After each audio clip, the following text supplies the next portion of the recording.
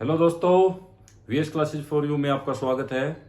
आज आपके लिए फिर से आपकी डेली करंट अफेयर्स की क्लास लेके आ गया हूं। तो चलिए स्टार्ट करते हैं। देखते हैं पहला क्वेश्चन है कि किसने कोविड टीका संग सुरक्षित वन धन और उद्यम अभियान लॉन्च किया। तो ये लॉन्च किया है केंद्रीय जनजातीय कार्य मंत्री अर्जुन मुंडा ने। अर्जुन मुंडा ने भारत में जनजातीय समुदाय के बीच कोविड टीकाकरण की जो गति है उसको बढ़ाने के लिए 15 जुलाई को कोविड टीकाकरण संघ सुरक्षित वन धन और उद्यम अभियान का शुभारंभ किया। उन्होंने इस अभियान का शुभारंभ वर्चुअल माध्यम से किया है। तो किन्होंने किया है? तो ये किया है अर्जुन मुंडा, केंद्रीय जनजातीय मामलों के मंत्री कौन है? ये है अर्जुन मुंडा। अर्जुन मुंडा ने इसको लॉन्च किया है। कब किया है? ये किया है 15 जुलाई को। कब लॉन्च किया है? तो लॉन्च किया है 15 जुलाई 2021 को। 15 जुलाई 2021 को वर्चुअल माध्यम से इन्होंने इसको लॉन्च किया। और ये ट्राइफेड और यूनिसेफ का 45,000 जो वन धन विकास केंद्र हैं उनके माध्यम से जो 50 लाख जो जनजातीय लोग हैं उनके बीच जो कोविड टीकों को बढ़ावा देंगे और साथ ही जो कोविड टीकाकरण के लिए उनके मन में जो भ्रांतियां हैं उनको दूर करने का ये काम करेगा। नेक्स्ट है कि भारत के मुख्य न्यायाधीश ने कौन सी एक नई योजना लॉन्च की। तो भारत के मुख्य न्यायाधीश एन वी रमन्ना ने 16 जुलाई को फास्टर योजना का भी लॉन्च की है। Faster secure transmission of electronic records, इसका ये फुल फॉर्म है, जिससे कि कोर्ट जल्दी ही जो बिल्कुल डायरेक्टली और सिक्योरली जो कि जमानत के जो ये आदेश हैं वो जेल विभागों, जिला अदालतों और उच्च न्यायालयों तक भेज सकेंगे। तो कौन सी योजना लॉन्च की है? तो ये है फास्टर योजना लॉन्च की। कौन सी? इसका क्या मतलब है? इसका मतलब fast and secure transmission of electronic records. क्या है? फास्ट एंड सिक्योर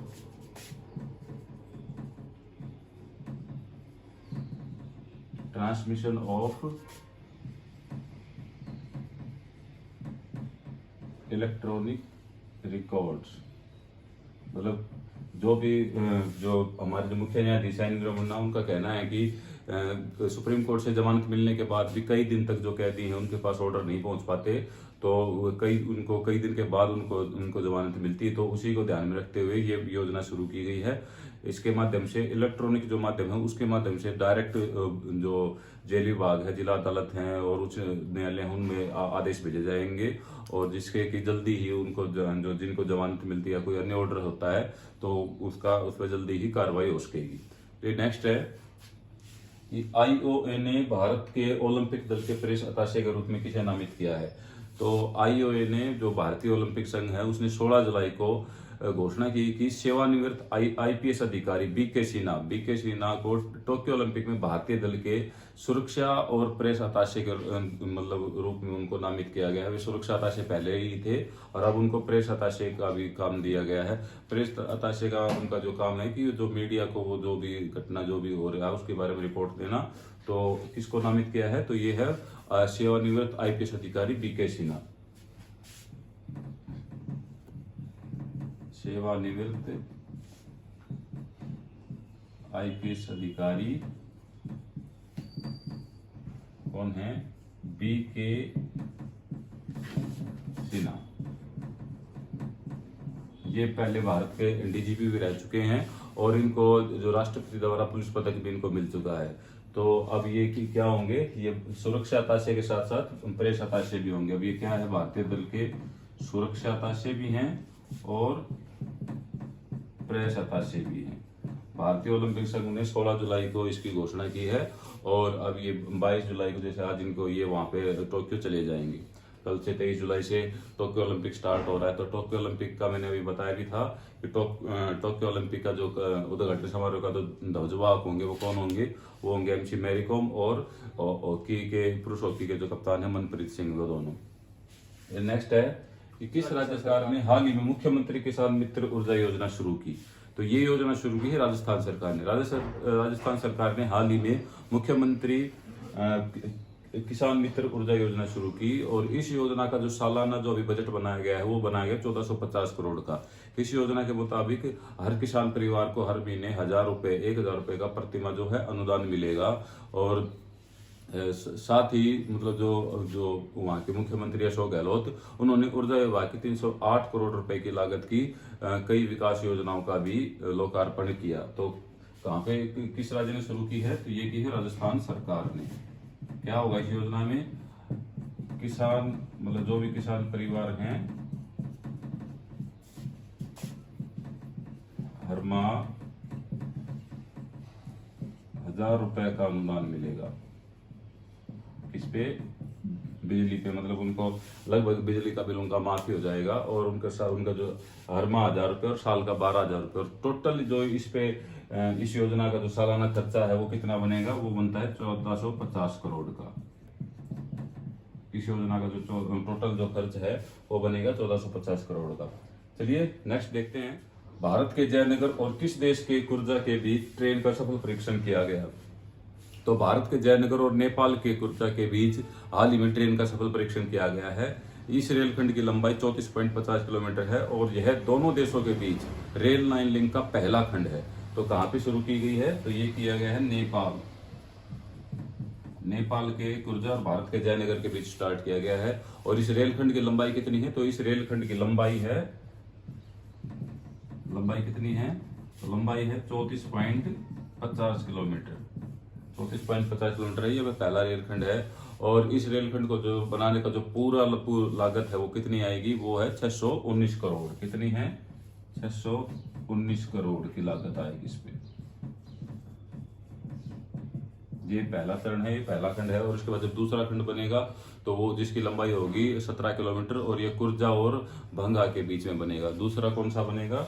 जो दूसरा खंड होगा ये तो होगा पहला खंड। दूसरा खंड जो बनेगा उसकी लंबाई होगी 17 किलोमीटर और वो किसके बीच होगा? वो होगा कुर्जा और भंगा के बीच।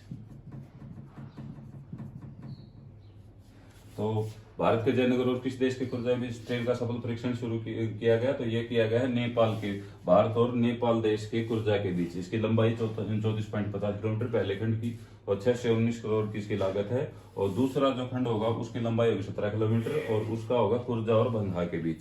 चलिए नेक्स्ट स्लाइड में नेक्स्ट देखते हैं। तो चलिए इस स्लाइड में कुछ ये वन लाइनर देख लेते हैं। सबसे पहला है कि किस शहर ने भारत केंद्र सरकार ने किस शहर में राष्ट्रीय डॉल्फिन अनुसंधान केंद्र खोलने की घोषणा की? तो ये घोषणा की है बिहार के पटना में। कहां पे? पटना, बिहार। नेक्स्ट है कि यूएनईपी की रिपोर्ट के अनुसार भारत में कितने प्रतिशत बाघ संरक्षित क्षेत्रों से बाहर हैं? तो ये है 35%। कितने प्रतिशत? 35% बाघ संरक्षित क्षेत्रों से बाहर हैं। नेक्स्ट है कि किस फुटबॉलर ने यूरो 2020 गोल्डन बूट अवार्ड जीता? तो ये जीता है क्रिस्टियानो रोनाल्डो ने। किसने? क्रिस्टियानो रोनाल्डो ने। और यूरो कप जीता वैसे किस टीम ने जीता? तो ये जीता था इटली ने इंग्लैंड को हराकर। नेक्स्ट है कि किस राज्य ने खेलो इंडिया यूथ गेम 2021 स्थगित किया? तो ये स्थगित किए हैं हरियाणा ने। कौन से राज्य ने? तो हरियाणा राज्य ने खेलो इंडिया यूथ गेम 2021 स्थगित किए हैं। अब ये कब होंगे? अब ये होंगे 2022 में। अगला है जून महीने में आईसीसी पुरुष player of the month award किसे मिला? तो जून महीने का आईसीसी पुरुष प्लेयर अवार्ड मिला है डेवन कॉनवे को। किनको मिला है? डेवन कॉनवे को।